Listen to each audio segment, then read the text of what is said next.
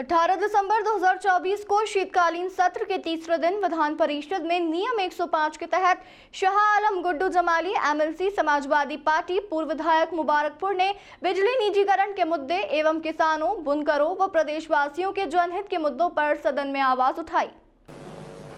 माननीय सभापति महोदय, वैसे तो हमारे साथी ने बहुत विस्तार से अपनी बात रख दिया है, मैं बहुत ज़्यादा समय नहीं लूँगा, 2-4 मिनट में ही अपनी बात कह दूँगा।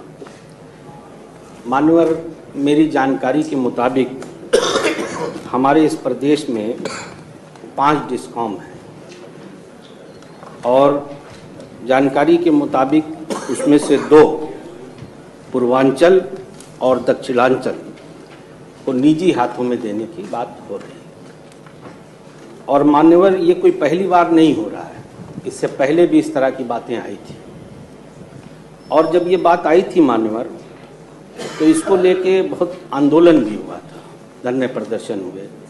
हमारे जो बिजली कर्मचारी भाई हैं वो सड़कों पे आ गए और उसके बाद उस वक्त के तत्कालीन मिनिस्टर साहब आदरणीय श्रीकांत जी के साथ उनकी मीटिंग और वार्ता हुई और उसके बाद समझौता हुआ और वो इन राइटिंग हुआ, लिखित में हुआ कि जो हमारी इस वक्त की व्यवस्था है उसी में सुधार किया जाएगा और इसका निजीकरण नहीं किया जाएगा। उसके बाद मान्यवर 5 अप्रैल, उसके बाद मान्यवर दूसरी भी एक वो होती है 6/10/2020 को हमारी कैबिनेट ने एक सब कमेटी बनाई जिसकी अध्यक्षता आदरणीय फाइनेंस मिनिस्टर खन्ना साहब को उनका अध्यक्ष बनाया और उसमें भी बहुत विस्तार से दोनों पक्षों ने अपनी बातों को रखा और मंथन चिंतन किया।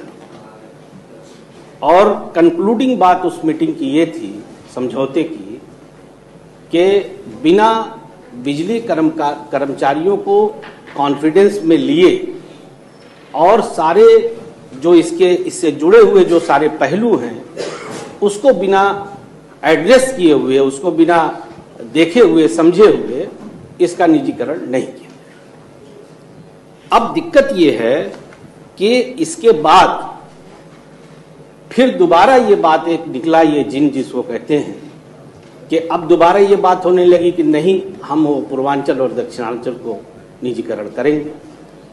तो मैं मान्यवर आपके माध्यम से बहुत विनम्रता से पहले तो सरकार से ये आग्रह करना चाहता हूँ कि बिना कर्मचारियों को कॉन्फिडेंस में लिए हुए, बिना उपभोक्ताओं को कॉन्फिडेंस में लिए हुए, किसानों को कॉन्फिडेंस में लिए हुए, बुनकर भाइयों को भी, जो इससे स्टेक होल्डर्स हैं, अगर हम उनको नहीं लेंगे तो ये बहुत बड़ी परेशानी हो जाएगी। और जितना मैं समझता हूँ हमारे ऊर्जा मंत्री बहुत विद्वान हैं, ऐसा नहीं कि वो इज ए ब्रिलियंट मैन, और उनकी ऑनेस्टी पे भी कहीं कोई शक नहीं। मैं जानता हूं उनके करियर।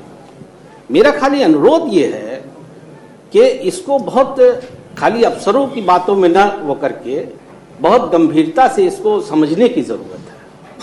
और अगर मान्यवर बिना बिजली कर्मचारियों को कॉन्फिडेंस में लिए हुए इस पे आगे बढ़े तो ये मैं आपको बहुत जिम्मेदारी से कह रहा हूं, चूंकि कल भी मेरी किसी एक यूनियन के ही लोगों से का फोन आया, ये बहुत बड़ा आंदोलन खड़ा हो जाएगा प्रदेश में। और हमें चिंता है मान्यवर, हम पूर्वांचल से आते हैं, किसान हमारे देश की और इस प्रदेश की रीढ़ की हड्डी है। अभी हमारे एक भाई जितेंद्र भाई कह रहे थे, अभी ये भी भाई बोल रहे थे कि हमको किसानों को लिमिटेड टाइम के लिए पानी मिलता, उसके बाद नहीं मिलता। वो तो वैसे ही बेचारे भुखमरी का शिकार है।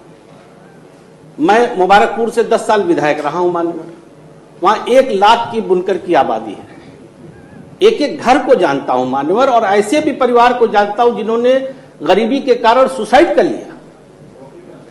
पहले सरकार थी माननीय मुलायम सिंह यादव जी की, 65 रुपए में सब्सिडी में बिजली मिलती थी, अब वो खत्म हो गई।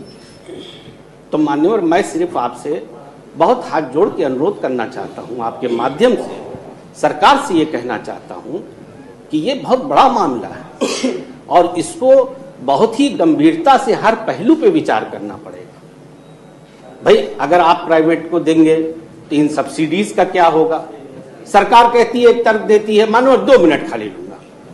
सरकार कहती है कि भाई हमको 1,10,000, कारपोरेशन कहता हमको 1,10,000 का राजस्व घाटा हो गया, और वही कहते हैं कि 1,15,000 करोड़ रुपया बकाया भी है। तो भाई सख्ती से उसकी वसूली किया जाए, जो चोरी हो रही है उसको रोका जाए, और अगर ऐसा हो जाए तो हम तो 5,000 करोड़ प्लस में, घाटा कहां है? और मान्यवर जिन राज्यों में प्राइवेट लोग इसको देख रहे हैं, उन राज्यों का हाल यहां हमको 6-6.5 रुपए में, मैं जितना समझता हूं, मिल रही, वहां 18, 16, 18, 20 रुपए में मिलती है। हम पहले ही महंगी बिजली खरीद रहे हैं। अभी कुछ ही दिन पहले की बात है कि कारपोरेशन ने कह दिया कि 20% बढ़ाना चाहिए, और 20% बढ़ाने की बात हो रही है। तो मान्यवर ये बहुत सीरियस इश्यू है और जनहित का है। ये प्रदेश की जनता से जुड़ा हुआ सीधा मामला है, किसानों का मामला है, बुनकरों का मामला है। मैं तो बुनकरों की बात इसलिए बार बार कहता हूं कि मैंने उनकी गरीबी और भुखमरी देखी है। मानो बनारस जाना जाता बनारसी साड़ी के लिए, साड़ी मुबारकपुर में बनती है। इसलिए मान्यवर, और एक बात और महत्वपूर्ण है, बहुत सारे मुद्दे हैं महत्वपूर्ण। 66,000 करोड़ रुपया मान्यवर सिर्फ पूर्वांचल और दक्षिणांचल में बाकी है। तो वो अगर हम जाते हैं तो उसका क्या होगा? मैं ये बिल्कुल बार बार कहूंगा, देखिए जो सही है उसको कहने में कोई दिक्कत नहीं है मुझे। मैं ये मानता हूं कि हमारे मंत्री काबिल हैं, बस मैं इतना अनुरोध करूंगा कि इसको बहुत गंभीरता से इस पे विचार करके तभी कोई चीज इस पे आगे बढ़े। और ये भी मैं कहूंगा कि बिना कर्मचारियों के बातचीत और उनकी सहमति से अगर आगे बढ़ने का प्रयास हुआ कि सरकार हम कह रहे हैं इसलिए होगा कि हम सरकार हैं, तो ये आप जान लीजिए कि बहुत बड़ी मुसीबत खड़ी हो जाएगी। क्योंकि मान्यवर, पहले भी हमने देखा है, एक वेंटिलेटर की लाइट का 2 मिनट का जाना और 50 बच्चों के मौत के हवाले चले गए थे। ये हमारे हॉस्पिटल्स, ये सारी चीजें, ये हमारी लाइफ लाइन है। इसलिए मान्यवर, मैं धन्यवाद देता हूं आपको, आपने मुझे बोलने का मौका दिया। धन्यवाद।